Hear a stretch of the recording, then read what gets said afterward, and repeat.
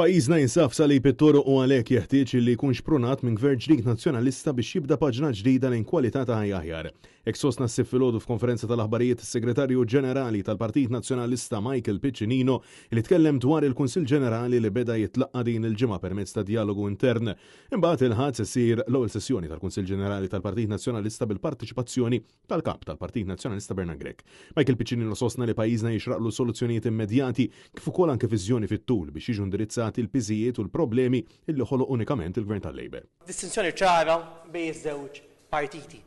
Partit Laburista fil-Gvern illi qal li għandu viżjoni sa 2050 però mbagħad fil-budget ma ndirizzax il-problemi reali li qed jaffettwaw lin-nies.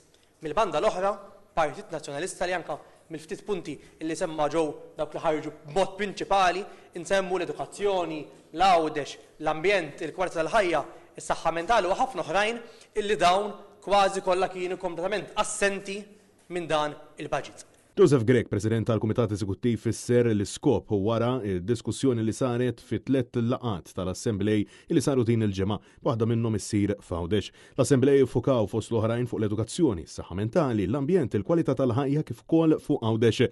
Dan apparti li oħrajn tkellmu dwar l-isfidi kbar li qed jaffaċċjaw il-Kunsilli Lokali. Minn dawn il-laqat il-Partit Nazzjonalista qiegħed aktar juri l-impenn tiegħu biex joffri politika miftuħa konvinta blan li tipprovdi direzzjoni għal dan il-pajjiż.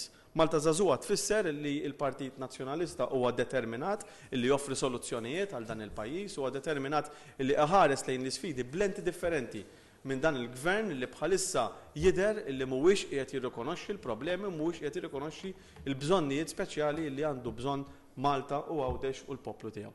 Francesco Catania, Net News.